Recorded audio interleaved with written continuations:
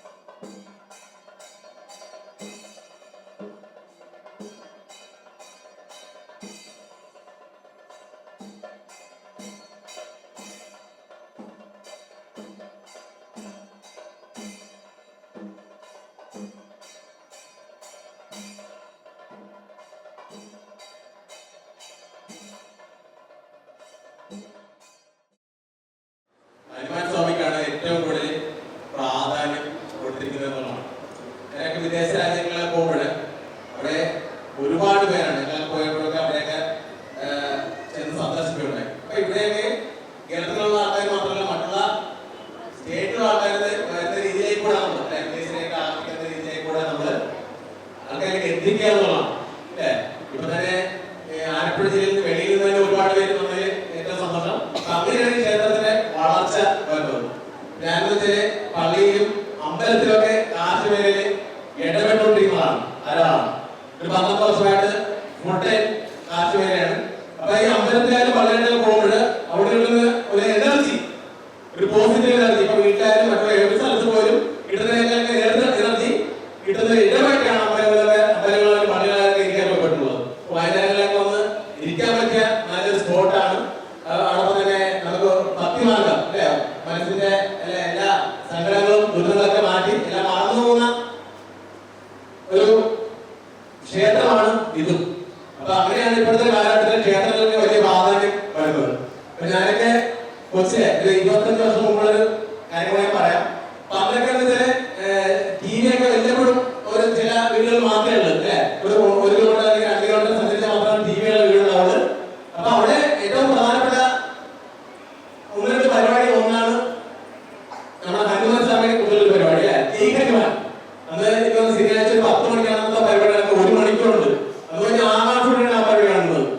മാത്രമല്ല അന്നത്തെ പരിപാടി 4 മണിക്കൂർ സിനിമ, ഞായറാഴ്ച ചിത്രഗീതം, അങ്ങനെ ഏറ്റവും വലിയ ഏറ്റവും പ്രാധാന്യപ്പെട്ട ഒരു പരിപാടിയാണ് നടന്നത്. അപ്പൊ ഇന്നത്തെ തലമുറ അത്ര പ്രാധാന്യം കൊടുക്കുന്നുണ്ടോ എന്ന് നമ്മൾ ചിന്തിക്കേണ്ടിയിരിക്കുന്നു. അപ്പൊ ക്ഷേത്രങ്ങൾക്ക് വലിയ പ്രാധാന്യം ഉള്ളത്. അപ്പൊ അവരുടെ കാലഘട്ടത്തിലൂടെ കടന്നു പോകുന്നത്. അപ്പൊ ഇവിടെ വരിക എല്ലാവരും നന്നായിട്ട് അമ്പലത്തിന്റെയൊക്കെ പുരോഗതി, നമ്മുടെ നാട്ടുകാരുടെയൊക്കെ പുരോഗതി ഏറ്റെടുക്കാൻ പറ്റിയൊരു നല്ലൊരു സ്ഥലമായി മാറട്ടെ. കാട്ടൂർ പുതിയ വീട്ടിൽ ശ്രീ ഹനുമൽ ക്ഷേത്രത്തിൽ ഹനുമൽ ചാലിസ ജപയജ്ഞവും ആഞ്ജനേയ ഹോമവും നടന്നു. ഹനുമാന്റെ ഏറ്റവും പ്രിയപ്പെട്ട ഗ്രന്ഥമായ ഹനുമൽ ചാലിസ ജപയജ്ഞവും ആഞ്ജനേയ ഹോമവും മാസത്തിലെ ആദ്യ ബുധനാഴ്ചയാണ് ക്ഷേത്രത്തിൽ നടക്കുക. ഹനുമൽ ചാലിസ ജപയജ്ഞത്തോടൊപ്പം തന്നെ ഏറെ പ്രാധാന്യമർഹിക്കുന്നതാണ് ആഞ്ജനേയ ഹോമവും. ഉദ്ദിഷ്ടകാര്യ സിദ്ധിക്ക് വേണ്ടി നടത്തുന്ന ഹോമമാണ് ആഞ്ജനേയ ഹോമം. ബ്രഹ്മശ്രീ ഡോക്ടർ BK അശോക് കുമാർ, അരുൺ സുബ്രഹ്മണ്യം, സൂര്യഗായത്രി എന്നിവർ ഹോമത്തിന് മുഖ്യ കാർമ്മികത്വം വഹിച്ചു.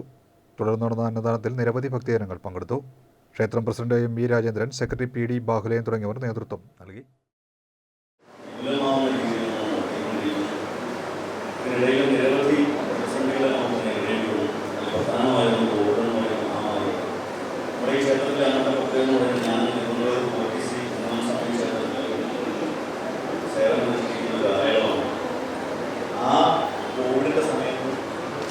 പക്ഷേ സ്ട്രോങ് ആയിട്ട് ഓടുന്ന സമയത്ത് ഞാൻ തിരുവനന്തപുരത്ത് നിന്നുള്ളതെന്ന് നടത്തിയിട്ടാണ്. ആ സമയങ്ങളിൽ പോലും നമുക്ക് മുടക്കേണ്ടി വന്നിട്ടില്ല. അപ്പം അങ്ങനെ അത്ര ശക്തമായ രീതിയിലാണ് നമ്മൾ തുറന്നു വന്നുകൊണ്ടിരിക്കുന്നത്. അതിൻ്റെതായുള്ള എല്ലാ പ്രതിഫലനങ്ങളും ഈ 7 വർഷം ഇവിടെ ചെയ്തതിൻ്റെ ഒരു ഫലം എന്നുള്ള നിലയിൽ ഉറപ്പിച്ച് പറയാനായിട്ട് സാധിക്കില്ല. ഹനുമാൻ സ്വാമിയുടെ അടുത്ത് വന്ന് അപേക്ഷിച്ചവർക്കെല്ലാം അതിൻ്റെതായുള്ള അനുഗ്രഹം ഉണ്ടായിട്ടുണ്ട്. അത് ഓരോരുത്തർക്കും ഫലവത്തായിട്ട് അവരവർക്ക് അറിയാവുന്ന കാര്യമാണ്. അത്രമാത്രം ഉറപ്പ് അതിലുണ്ടെന്നുള്ളത്. അപ്പം അങ്ങനെ ഇത് വളരെ അപൂർവമായിട്ടുള്ള ഒരു ചടങ്ങാണ്. ഇത്തരത്തിലൂടെ ഇന്നിപ്പം പുതിയതായിട്ട് നമ്മുടെ പഞ്ചമുഖ ഹനുമാൻ പൂജ നമ്മൾ നടത്തി വരുന്നു. ഇത്തരത്തിൽ ആഞ്ജനേയ ഹോമത്തിനോടൊപ്പം തന്നെ ഈ